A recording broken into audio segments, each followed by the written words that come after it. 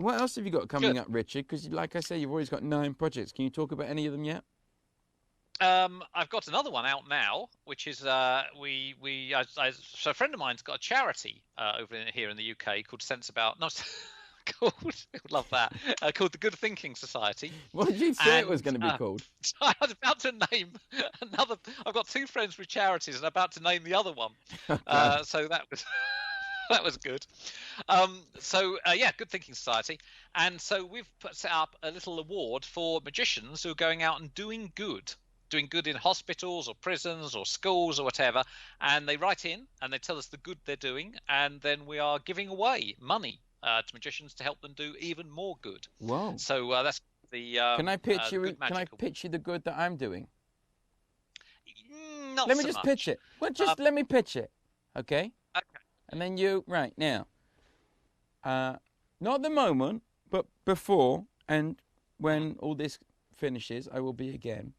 A lot of people bring their children to see Piff the Magic Dragon. And when the child comes on stage, they're confronted with a very angry reptile who is berating them for not doing exactly what the angry dragon said, even though the angry dragon is speaking in a foreign tongue, i.e. the Queen's English.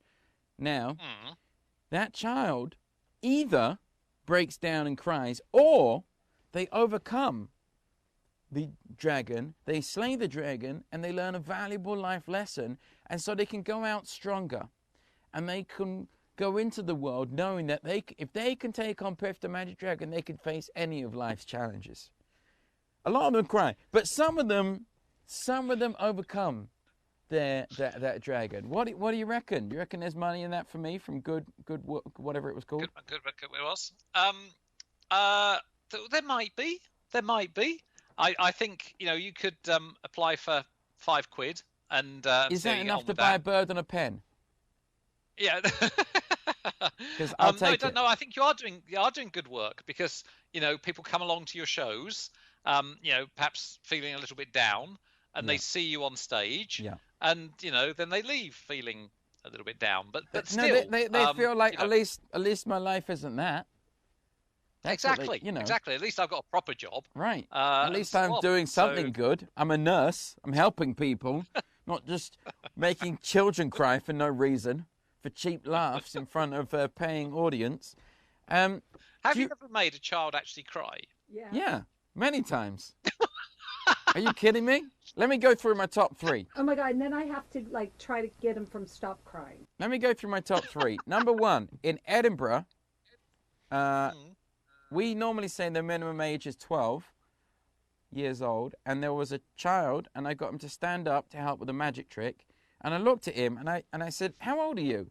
And he said, 13. And I said, "Really?"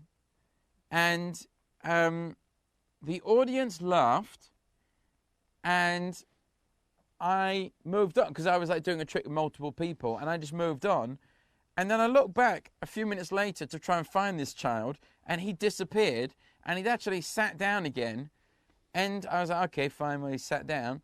And then I was naming all of these playing cards. Now when I do this in the show, I name 12 playing cards in a row. Now when I do it to music. So it's like, and I'm like, 4 clubs.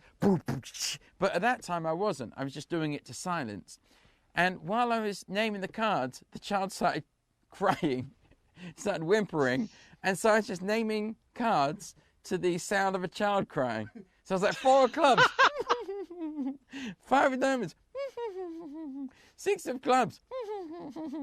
And what had happened was the child was actually 11, and his dad had told him to lie, and the child, being a nice child, didn't want to lie and felt appropriately like he was lying in front of a lot of people, and the shame overtook him, and he got very upset because his dad was forcing him to lie, and he sat down crying. Whose fault is that? It's not mine, it's the dad's.